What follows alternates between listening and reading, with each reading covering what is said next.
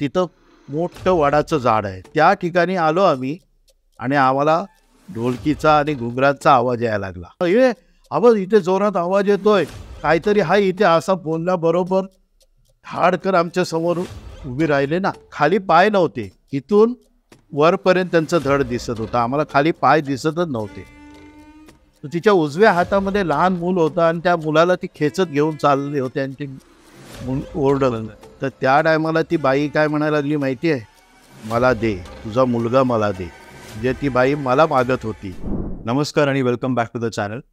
मध्यंतरी मी पाहिलेलं भूत या नावाने एक पॉडकास्ट केला होता. त्यात मी माझे जे काही भीतीदायक अनुभव आले होते भूतांसोबतचे ते मी पर्सनली शेअर केले होते याच शोवरती. तर खूप लोकांनी आम्हाला सांगितलं की याचा पार्ट 2 झालाच पाहिजे. तर त्यासाठीच मी आज काकांकडे बोलवलं आहे, संतोष आंबेडकर सर. तर आज आपण त्यांच्याकडून त्यांचे जे काही भीतीदायक अनुभव असतील ते आपण ऐकणार आहोत. Sir, over to you. नमस्कार. माझा पहिला अनुभव 1968 सालचा आहे आणि त्यावेळेला मी 6 महिन्याचा होतो आणि तो अनुभव माझी आई आणि मी आमच्या दोघांचा मिळून आहे. आम्ही गावी राहत होतो आणि वडील मुंबईला असायचे नोकरीनिमित्त. एक दिवस रात्री आमच्या घराला जी खिडकी होती त्या खिडकीच्या इथे अचानक आईला असा आवाज यायला लागला, इकडे ये म्हणून, इकडे ये, इकडे ये. कोणीतरी बोलवत आहे, कोणीतरी असं बोलवत आहे असं तिला भास झाला की तिला वाटलं असं की बाबा कोणीतरी आपल्याला तिकडे बोलवत आहे. म्हणून ती उठली. आणि आता गावी कसं त्यावेळेला लाईट नव्हती, काही नव्हती, पूर्ण अंधार असायचा. पण मी लहान असल्यामुळे आईने एक रॉकेटची बत्ती, म्हणजे एखादी छोटी बॉटल, त्याला झाकण, त्या झाकणाला होल पाडून त्याच्यामध्ये एखादी चिंदी टाकून आणि ते रॉकेट टाकून त्याच्यापासून तयार केलेली बत्ती. आणि मी लहान असल्यामुळे आईने ती माझ्यासाठी ती बत्ती तिथे ठेवलेली होती की थोडा उजेड असावा. आई उठली त्या आवाजाने आणि त्या खिडकीकडे जायला लागली. तिने हातामध्ये ती बत्ती घेतली होती. खिडकीजवळ गेली आई, तर खिडकीच्या बाहेर तिला अतिशय डेंजर, म्हणजे अतिशय भयावह असा चेहरा दिसला. एक वयस्कर बाई, केस वगैरे सोडलेले, डोळे वगैरे असे एकदम आत गेलेले, एकदम क्षीण झालेली बाई अशी, आणि दात वगैरे तिचे असे बाहेर आलेले असे. तर आई घाबरली आणि तिने जोरात खिडकी आपटली. तिच्या त्या घाबरण्याच्या आवाजाने आणि खिडकीच्या आवाजाने मी जागा झालो आणि मी रडायला सुरुवात केली. त्यामुळे आईने त्यावेळेला तिकडे दुर्लक्ष केलं आणि ती माझ्याकडे आली. थोडा वेळ काय म्हणजे काही आवाज आला नाही, काय नाही, भयानक शांतता. त्यानंतर आई मला घेऊन झोपली. पुन्हा काही दिवसांनी गावी फॅन वगैरे नसायचे, त्या टायमाला काही नसायचे. हवा येण्यासाठी खिडकी उघडी ठेवावीच लागायची. त्यामुळं ती खिडकी उघडी ठेवलेलीच होती आईनी. पण त्यावेळेला आई जरा थोडी सावरलेली होती. आणि असेच 15 दिवसानंतर पुन्हा त्या खिडकीजवळ ती बाई येऊन उभी राहिली, तीच बाई.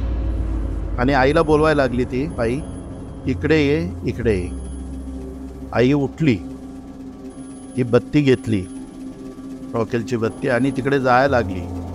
तर त्या टायमाला ती बाई काय म्हणायला लागली माहिती आहे, मला दे, तुझा मुलगा मला दे. म्हणजे ती बाई मला मागत होती. त्या बाईला आई नको होती, मी पाहिजे होती. आई गेली, बघितलं तर तोच चेहरा, अकराळ विकराळ, एकदम डेंजर चेहरा. त्यावेळेला आईने थोडं स्वतःवरती कंट्रोल केला आणि ती तिथून बाजूला झाली. मग ती चुलीकडे गेली आणि चुलीतली गरम राख तिने बाहेर काढली. ती घेऊन आली आणि तिने खिडकीतून त्या बाईच्या चेहऱ्यावरती अशी फेकली. फेकल्यानंतर ती जे बाहेर जी उभी होती ती जोरात ओरडली, जोरात ओरडायला सुरुवात केली. आणि आई परत धावत जाऊन पुन्हा राख आणत होती गरम आणि तिच्या चेहऱ्यावरती फेकत होती. आणि ती चेहऱ्यावर फेकल्यामुळे आहे ना ती थोड्या वेळाने आहे ना जोर जोरात ओरडत पळत सुटली. ती पळालीच आणि पुन्हा ती कधी आलीच नाही आणि आईला आणि मला तिने त्रास दिला नाही. अशी माझी पहिली भेट 6 महिन्याचा असताना हाडळ बरोबर झालेली. तुम्ही जो आता सॉरी इंटरप्ट करतोय, थोडंसं बोलायचं होतं, हां विचारायचं होतं की जसं आईंना हा जो सोल्युशन सांगितलं की राख वगैरे टाकायच्या अंगावर, हां ते आधीपासून माहिती होतं की गावात कुठे चर्चा झाली? ते आधी माहिती नव्हतं, पण काय झालं होतं पहिल्यांदा हा जो प्रॉब्लेम झाला ना त्यावेळेला बाहेर असं चर्चा करतात ना की बाबा जे वयस्कर मंडळी असतात, समजा आपल्या घरामध्ये नसले तरी शेजारच्या घरामध्ये एक आमची आजीबाई होती. त्या आजीबाईंनी आईला अशा प्रकारे सांगितलं होतं की जर पुढे आता आली ती आणि तू एकटीच असलीस मुलाबरोबर तर तू ह्या प्रकारे उपाय कर. आणि त्याप्रमाणे मग आईने तो प्रयोग केला आणि तो सक्सेस पण झाला.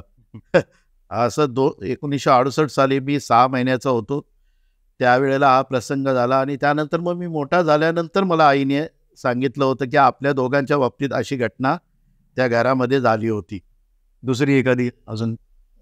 त्यानंतर मग आम्ही बरेच वर्ष मुंबईला होतो. 7वी पास झाल्यानंतर 8वीला पुन्हा मी गावी शिकण्यासाठी गेलो. 8वीला मी गावी गेलो त्यावेळेला मी माझ्या गावी न राहता, माझ्या घरी न राहता हॉस्टेलला मी राहत होतो. आमचा सकाळी 7चा क्लास असायचा 8वीचा आणि आम्हाला 5 वाजता उठून आंघोळ वगैरे करून तयारी करून 6 वाजता घरातून निघावं लागायचं. कारण जर क्लास भरपूर लांब होता, अर्धा पाऊण तास चालत जायला लागायचं आम्हाला. कारण त्यावेळेला काय रिक्षा गाड्या काय नसायच्या, चालतच जावं लागायचं. आणि मी ज्या रूममध्ये राहायला होतो त्या रूममध्ये मी होतो, माझा चुलत भाऊ आणि आणखी दोघे जण, आणखी 2 भाऊ होते. अशा आम्ही 4 जण, आम्ही 2 भाऊ आणि ते 2 भाऊ, अशा आम्ही 4 त्या रूममध्ये राहायला होतो. आणि आमचा रूम कॉर्नरला होता साईडला आणि तिथून थोडं पुढे 2 सेकंद पुढे चालल्यानंतर हायवे होता, बॉम्बे टू गोवा. त्या दिवशी काय झालं काय माहिती नाही, अचानक मला जाग आली आणि असं मला वाटलं की सकाळ झाली, 5 वाजलेत. बाहेर पाहिलं तर बाहेर पण एकदम उजेड दिसत होता मला.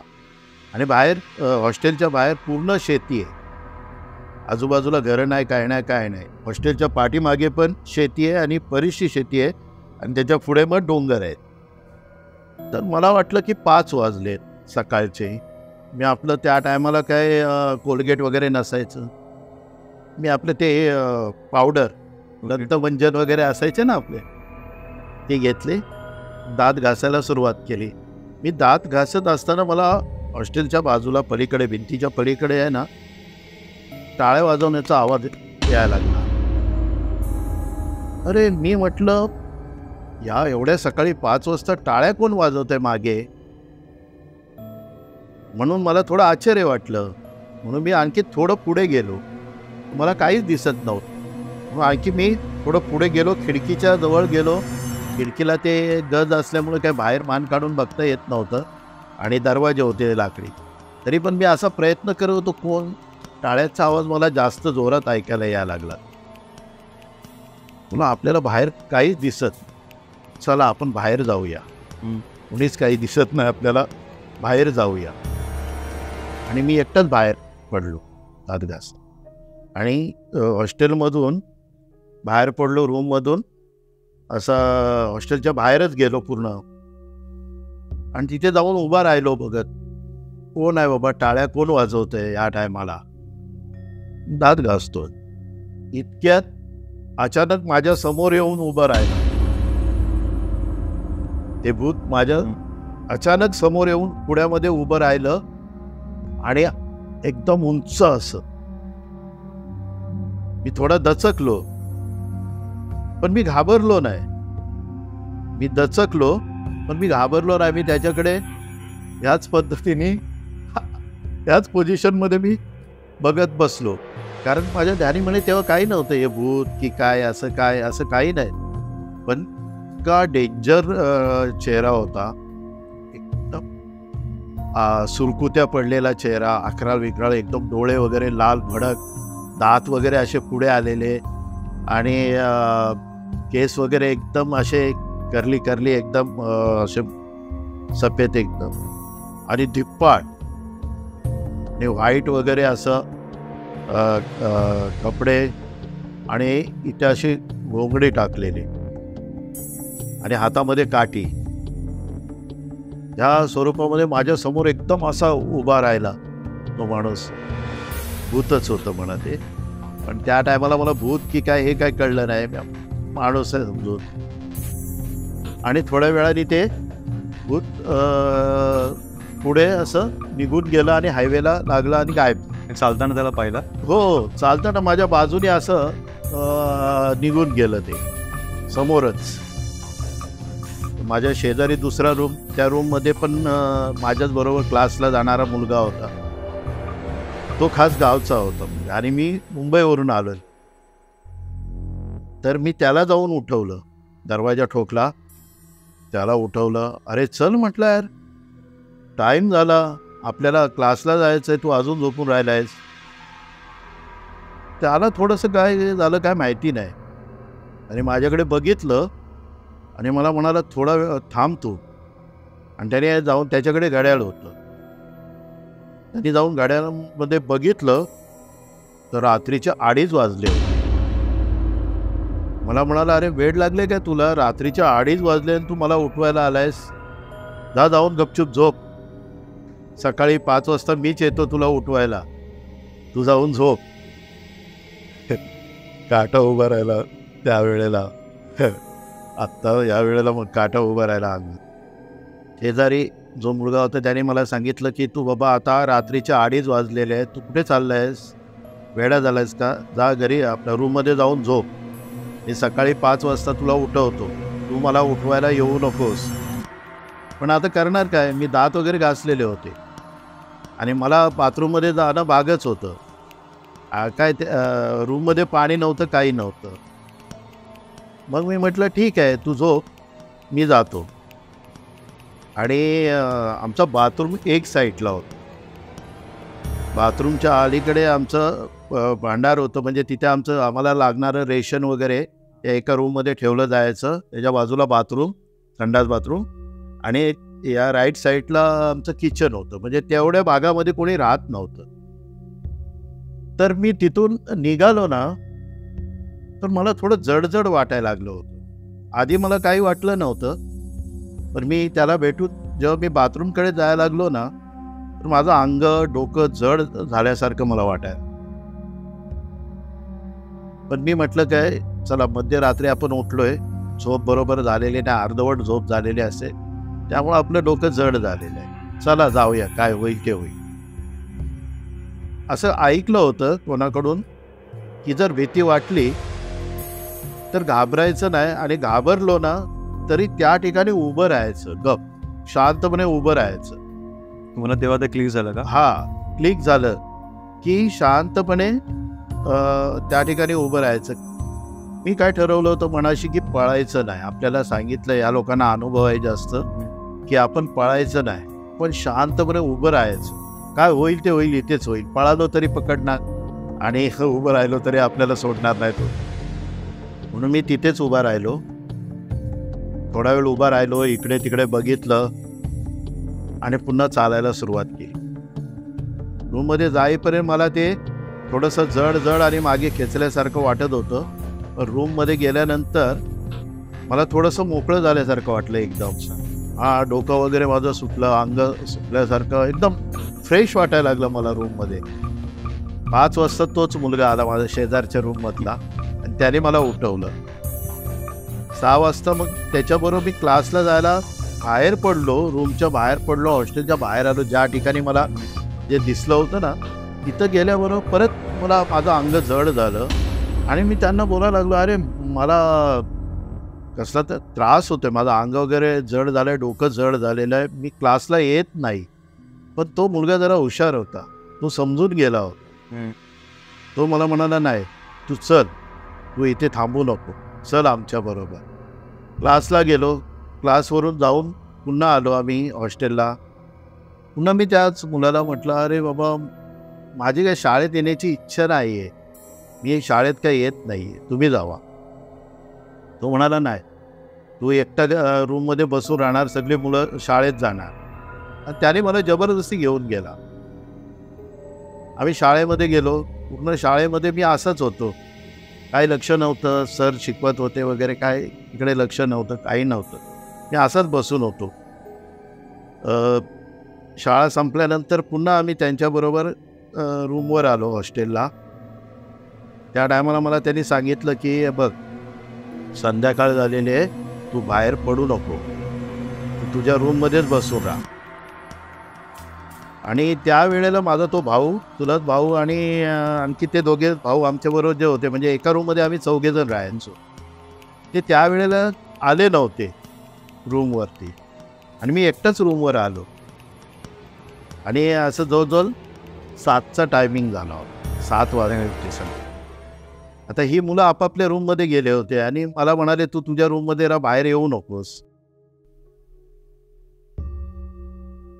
काय झालं काय माहिती नाही, मी रूममधून बाहेर पडलो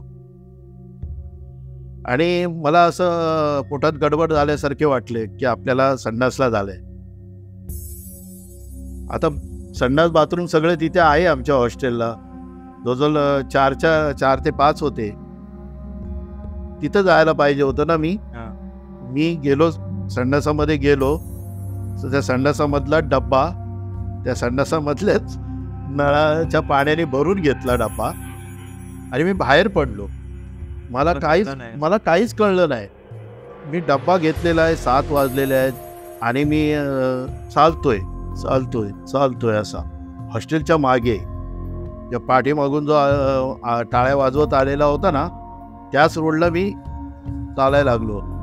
मला काहीच कळत नव्हतं. आणि एका शेतामध्ये मी गेल्यानंतर डब्बा ठेवला आणि इतक्यात आहे ना, लेफ्ट साईडने एक कुत्रा माझ्याकडे येताना दिसला. आता मी तिथून जात असताना मला कोणी दिसलं नाही. मी डब्बा शेतामध्ये ठेवला आणि मी बसणार, तोपर्यंत मला कोणी दिसलं नाही आणि पूर्ण ओपन भाग होता आणि तो कुत्रा माझ्याकडे लेफ्ट साईडने येताना दिसला मला. पण तो येताना आहे ना, हळूहळू त्याची उंची वाढायला लागली. एवढा लहान, आणखी इतका मोठा झाला, परत एवढा झाला, माझ्या जवळ यायला लागला, तो असा उंच होत गेला. अरे म्हणलो, हा काय प्रकार? म्हणून मी घेतला दगड तिथला शेतातला आणि त्याच्यावरती फेकला, त्याला मारण्यासाठी, पळून लावण्यासाठी घेतला दगड आणि त्याला मारला कुत्र्याला. त्याने तो दगड चुकवला आणि तो आणखीन स्पीडने माझ्याकडे यायला लागला.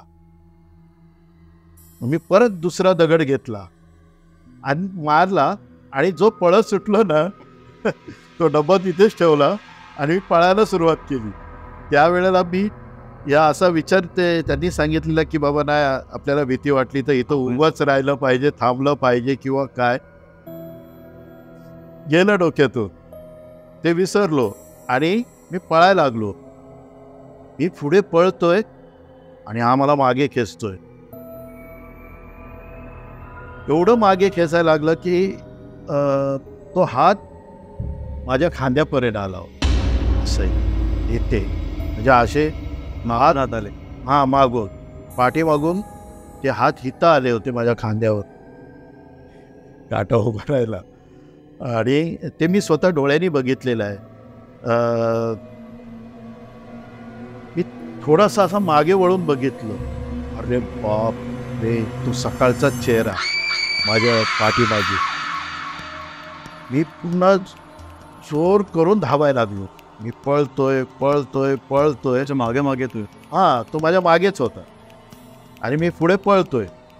परत दूर गेलो होतो मी हॉस्टेलपासून आणि मी माझ्या त्या रूमच्या जवळ आलो आणि तिथं आल्यानंतर तो जोरात ओरडला आणि म्हणाला, वाचलास तू? बापरे, तू खूप वाचलास, मला म्हणाला. आता आज तू सुटला नसतं, सकाळी सुद्धा तू वाचला माझ्या हातातून आणि आता पण वाचलास, असं मला तो म्हणाला जोरात. आणि तो जोरात ओरडला आणि तो गायब झाला. गायब झाला आणि तिथे माझं अंग पूर्ण मोकळं झालं, सुटलं, डोकं वगैरे आणि अंग सुटलं आणि मी तेवढ्याच ताकदीने माझ्या रूममध्ये घुसलो स्पीडमध्ये. पहिलाच रूम असायचा ना म्हणजे. रूममध्ये गेलो. रूममध्ये गेल्याबरोबर माझा भाऊ, चुलत भाऊ आणि ते दोघे भाऊ ते होते, त्यांनी रूम पार्टनर, त्यांनी बघितलं मी घामाघूम झालेलो एकदम आणि धावत आलेलो. धाप लागलेली मला. ते अरे तू कुठे गेला होतास, आम्ही तुला शोधत होतो वगैरे. म्हटलं थांबा जरा, मला बोलायला होत नाहीये, मला धाप लागले भरपूर. आणि नंतर थोड्या वेळाने त्यांनी विचारलं तू कुठे गायब झाला होतास. तर त्यांना मी ते सांगितले स्टोरी की मी अरे बाबा, अरे काय मूर्ख आहेस काय, वेडा आहेस, इथे आपले संडास बाथरूम इथे असताना तू तिकडे जायची तुला गरजच काय होती.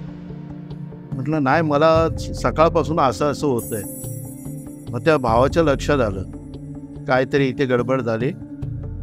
त्याने घरगुती असं काहीतरी उतारा असं उतारा वगैरे काढला तो त्यांनी आणि नेऊन तिथं ठेवला ज्या ठिकाणी मला जागेवर. त्याच जागेवर. आणि मला रूममध्ये घेऊन आला आणि मग ते तिघे जण मला सोडायलाच तयार नव्हते. ते त्या तिघांपैकी एक जण माझ्याबरोबर राहायचा की कुणीतरी एकाने याच्याबरोबर थांबायचं, इथं याला सोडायचं नाही.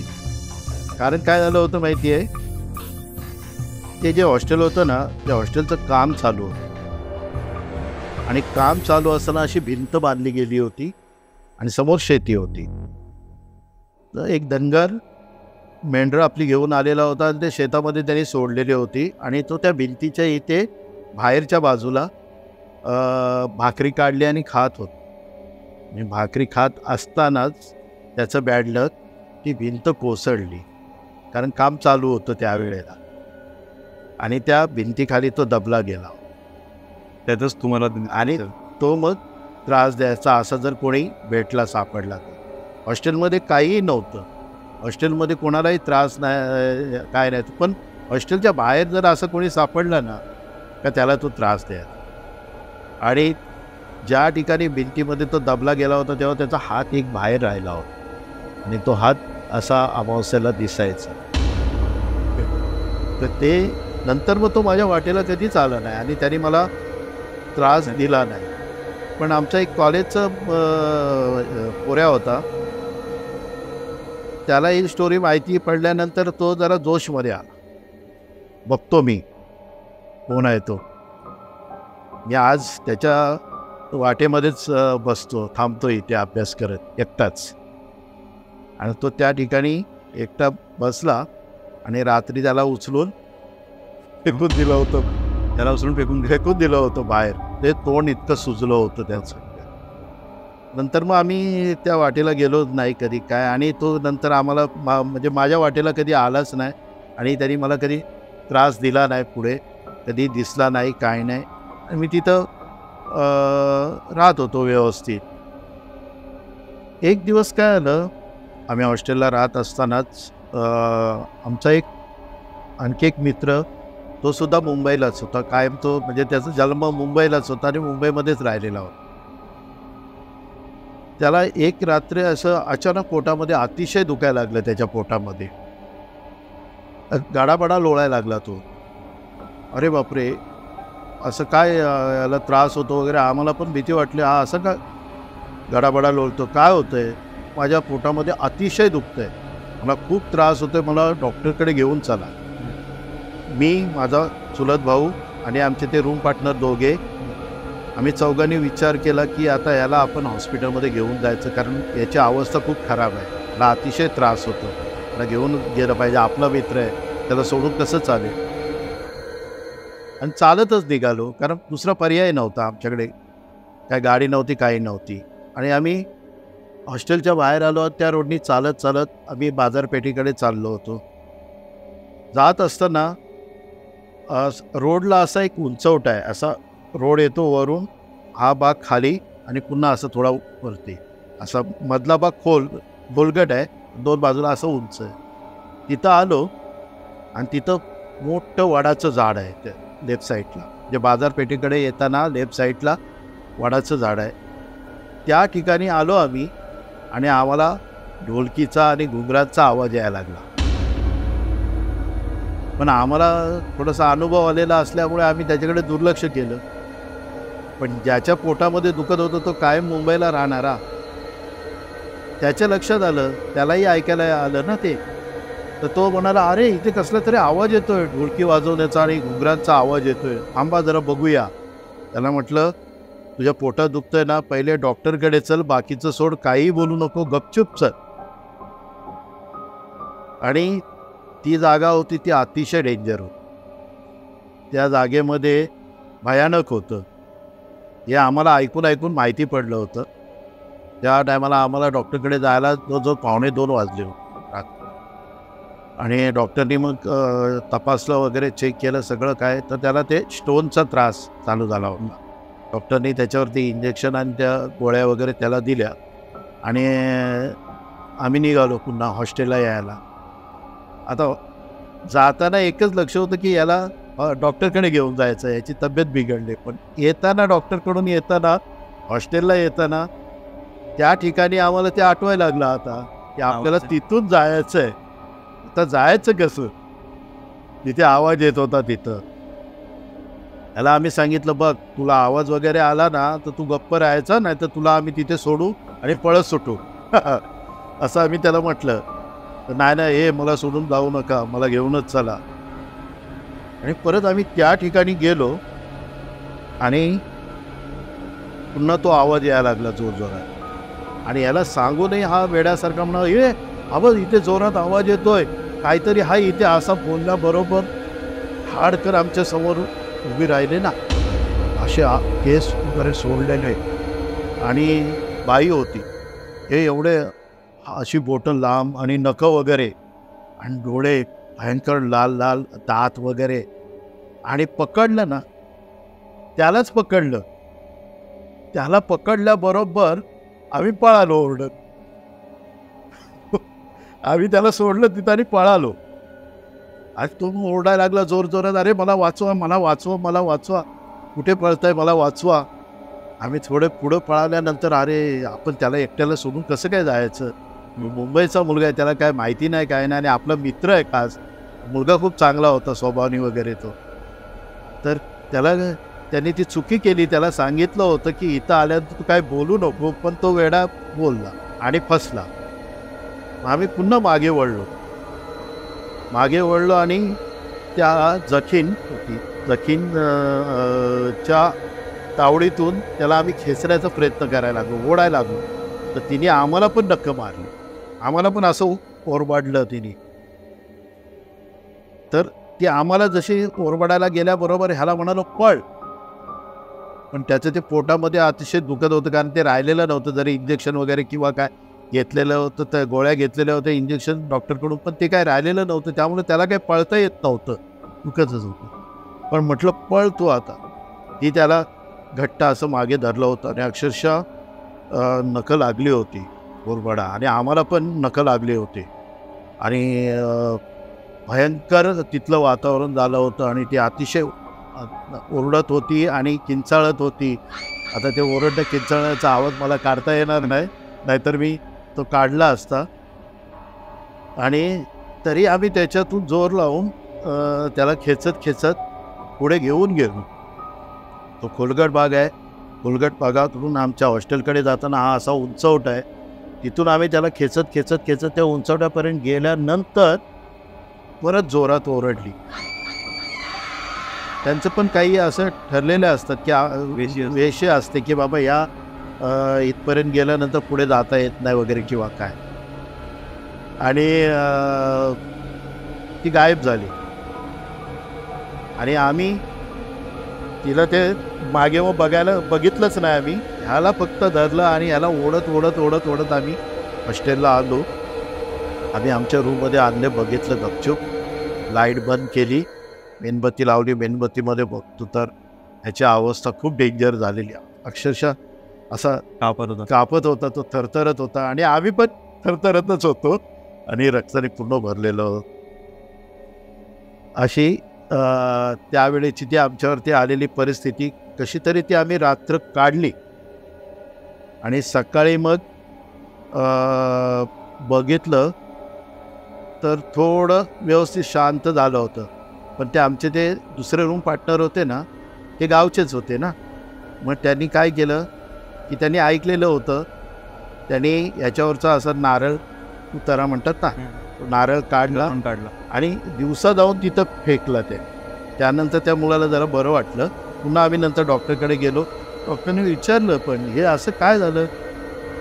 मग डॉक्टर काय कळायला मार्ग नाही काय झालं. तर मला वाटतं त्याला काय खाज वगैरे सुटत होती, तर त्यांनी अंग पूर्ण खाजवलं म्हणून हे असं झालं, असं आम्ही डॉक्टरनं खोटं सांगितलं.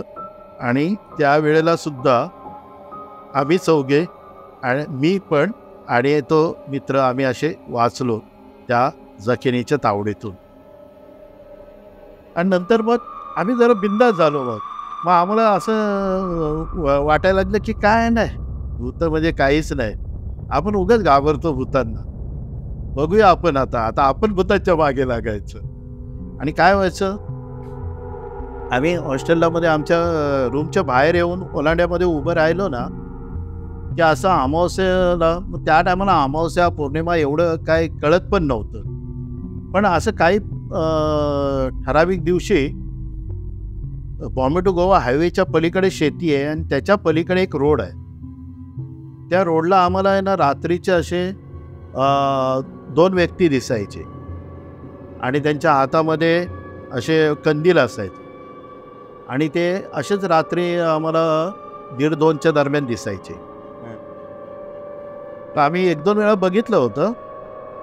तर आम्हाला आधी वाटलं काय की बाबा मासे कारण नदी आहे तिकडे, पलीकडे नदी आहे आणि नदीवरती मासे वगैरे पकडायला हे लोक कातकरी वगैरे आपल्याकडे आदिवासी आहेत ना, तर ते रात्रीचे जातात खेकडे पकडायला, मासे पकडायला वगैरे, ते काय घाबरत नाहीत.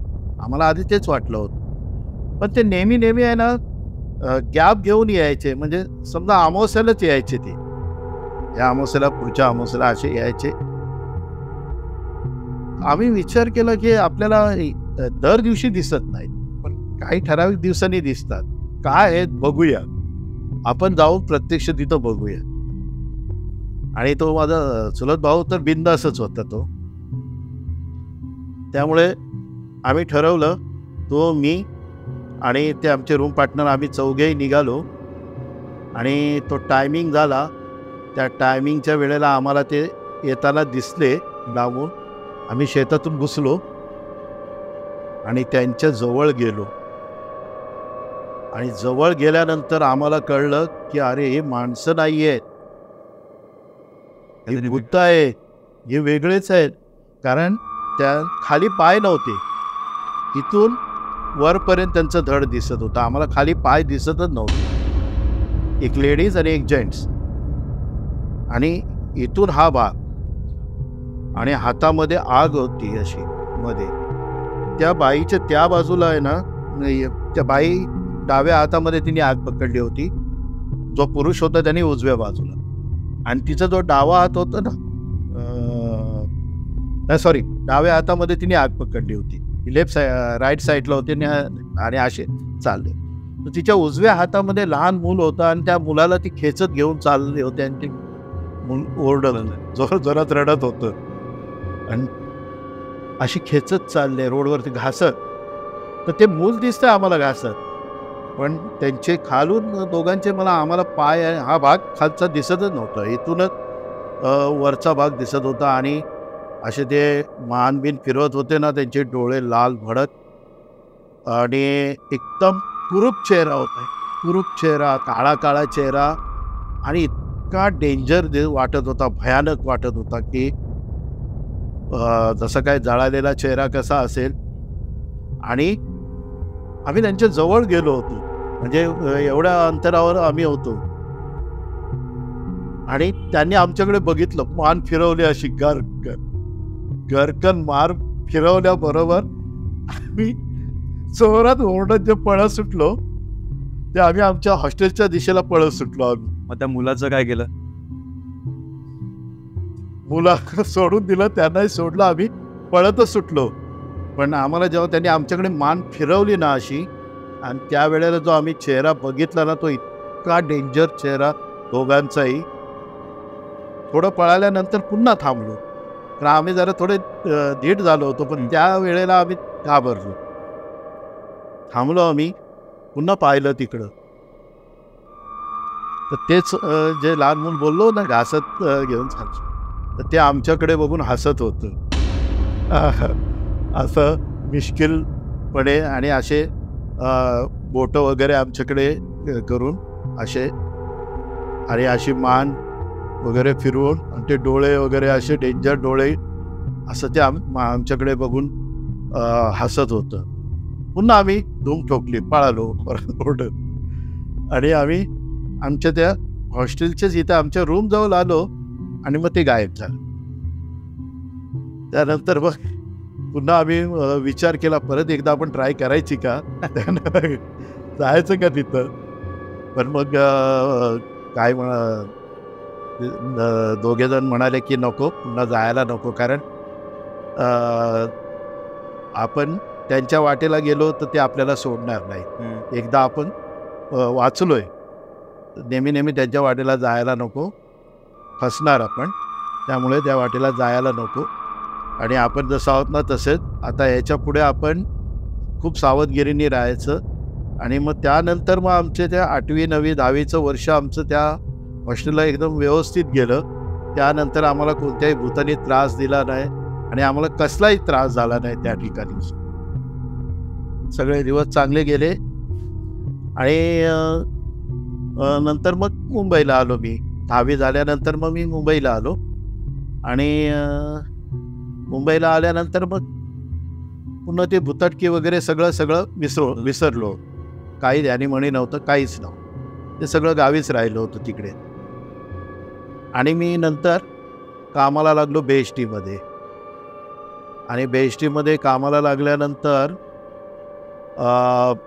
माझी सकाळी मॉर्निंग ड्युटी असायची. मला मॉर्निंग खूप आवडते, मला नाईट आवडत नाही. मॉर्निंगला काम किती असलं तरी चालेल, पण मॉर्निंगची ड्युटी करायची. आणि पहिली गाडी आम्ही टर्नआउट करायचो सकाळी. त्यावेळेला पण डेपोतून गाडी काढली, आणि आपला गोदरेज हायवे घाटकोपर डेपोवरून आम्ही गाडी काढली सकाळी 5 वाजता, आणि निघालो आम्ही इकडे विक्रोळी स्टेशनकडे यायला. आणि त्यावेळेला तिथं ब्रिज नव्हता, काही नव्हतं, ओपन होता असं. आणि माझ्या जोडीला ड्रायव्हर जो होता तो सिनियर होता, मी कंडक्टर होतो, बस कंडक्टर. माझा ड्रायव्हर सिनियर होता, आणि सिंगल डेकर बस होती. आणि आम्ही डेपोकडून निघालो, विक्रोळी स्टेशनकडे लेफ्ट टर्न घेतला, आणि थोडं पुढे आलो तर सकाळची वेळ होती, पॅसेंजर नव्हते, काय नव्हते. आणि तेव्हा रिक्षा वगैरे एवढ्या नसायच्या, बाईक नसायची, काय नव्हतं, आणि एवढ्या सकाळी कोणी. त्यामुळे मी ड्रायव्हरच्या तिथं उभा राहून बोलत होतो त्याच्याबरोबर. मी पुढेच उभा राहिलो, मागे बसलो नाही, मागच्या सीटवर बसलो नाही, किंवा मागे उभं राहिलो नाही, कारण चढणारे उतरणारे पॅसेंजर नव्हते म्हणून.